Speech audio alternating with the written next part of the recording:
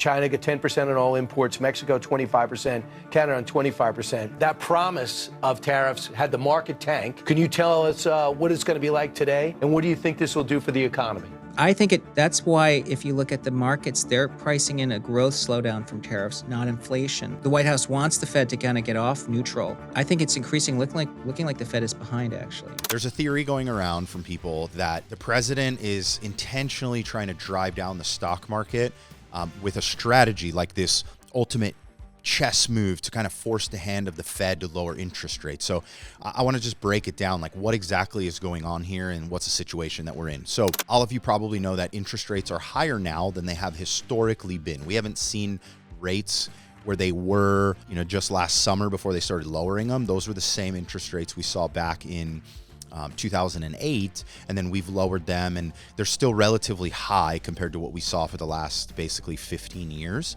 And so our country runs a deficit. Every year we spend more money than we make. So we need to use debt to basically fund the government. And so that debt is in the form of treasury bonds. So we issue bonds, people and countries and institutions, they buy up those bonds for the interest rate they're going to get. And bonds last different lengths. Let's just use 10 years as the span of time. So that 10-year duration, the government's got to pay interest. Whatever that stated interest rate was, they pay it every year. And at the end of 10 years, they've got to return the principal. So it's a contract that says you pay interest only, and at the end, you give back the principal. So we issue these bonds, we get that money is then used. Well, there's $9.5 trillion that comes due this year. I believe most of it is after June, but either way, there's $9.5 trillion that's going to come due. So we've got to pay it back.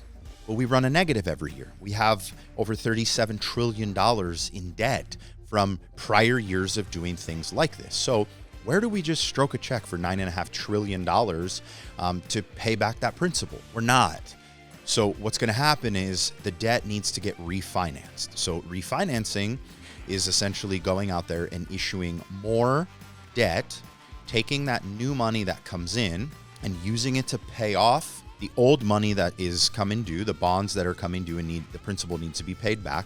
And then this new batch of bonds, we have another, for example, 10 years before the principal has to be paid back. But we need to cover the debt service, the cost of that interest. And I've read recently, I think it was Ray Dalio talking about it, that the cost of the debt service right now is about $1 trillion a year. The interest rates being higher right now does not give us a competitive advantage to create new debt to pay off old debt if the new debt is going to have a higher cost or debt service than the old debt. That raises our annual spending. So the theory is that the president goes out there and shotgun approach, does tariffs and announces things and basically throws the idea out there in a way that he knows isn't actually going to be the way it all settles on purpose to create uncertainty, pandemonium. People start selling and pull money out of the market, which if that was his actual strategy, which hasn't been stated, then it kind of worked, right? The market dropped and we've seen like a lot of turbulence, a lot of volatility. But the reason for this would be the Fed has two main reasons why they're going to drop interest rates, and they're the ones that control interest rates in this country. And if you didn't know this, the Federal Reserve is not the federal government. It's a separate entity. And so the Federal Reserve is going to lower interest rates either slowly over time when we have inflation that meets what they want, which is around 2.5%. And I think the report just came out that March achieved that or is very close to it.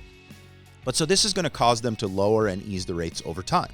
The other way that they might lower rates and a lot more rapidly is if the stock market is plummeting. So stock market's plummeting, corporate America is hemorrhaging money, and maybe they start to shed payroll, which is people's jobs, and you start to see the economy like slowing down at a faster pace than they want. They lower interest rates. Why? To create borrowing at a lower expense. So now companies across America can borrow money.